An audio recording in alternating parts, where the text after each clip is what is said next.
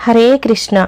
శ్రీమద్ భగవద్గీత 4వ అధ్యాయం జ్ఞానయోగం నుండి 13 నుండి 16 శ్లోకాలు.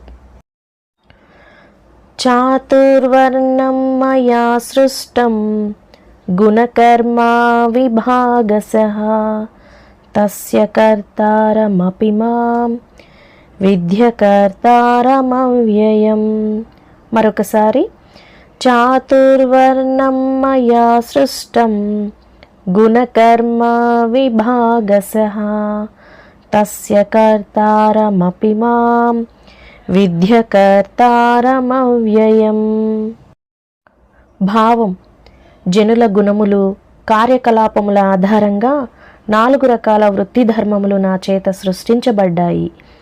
ఈ వ్యవస్థకి నేనే సృష్టికర్త అయినా నన్ను అకర్తగా మరియు సనాతనునిగా తెలుసుకొనుము. నమాం కర్మాణి లింపంతి నమే కర్మ ఫలే స్పృహ ఇతి మాం యోభిజానాతి కర్మభిర్న సబధ్యతే. నమాం కర్మాణి లింపంతి నమే కర్మ ఫలే స్పృహ ఇతి మాం యోభిజానాతి కర్మభిర్న సబధ్యతే.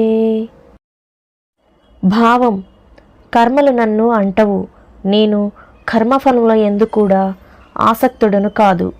ఎవరైతే నన్ను ఈ విధంగా తెలుసుకుందురో వారు కర్మబంధములలో చిక్కుకోరు. ఏవం జ్ఞాత్వా కృతం కర్మ పూర్వైరపి ముముక్షుభిః కురు కర్మైవ తస్మాత్ త్వం పూర్వైః పూర్వతరం కృతం. మరొకసారి, ఏవం జ్ఞాత్వా కృతం కర్మ పూర్వైరపి ముముక్షుభిః కురు కర్మైవ తస్మాత్ త్వం పూర్వైః పూర్వతరం కృతం. భావం: ఈ సత్యమును తెలుసుకొని ప్రాచీన సమయంలో మోక్షం పొందగోరిన వారు కూడా తమ కర్మలను ఆచరించారు. కాబట్టి ప్రాచీన మునుల అడుగుజాడలలో నడుస్తూ నీవు కూడా నీ కర్తవ్యమును నిర్వర్తించుము.